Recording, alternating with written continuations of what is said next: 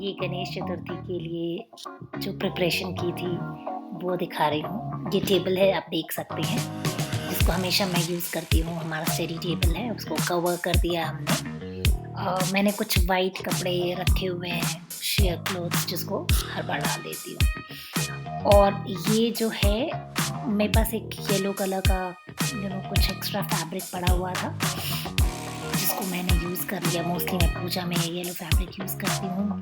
उसको पीछे से डाल दिया। कुछ आम के हमारे पास आम के काफ़ी सारे पत्ते थे, क्योंकि आम का पेड़ है मेरे पास, और उसको मैंने नोट कर दिया और बस एक सिंपल सा डेकोरेशन किया। और ये भोग आप देख सकते हैं जो कि बनाया मैंने।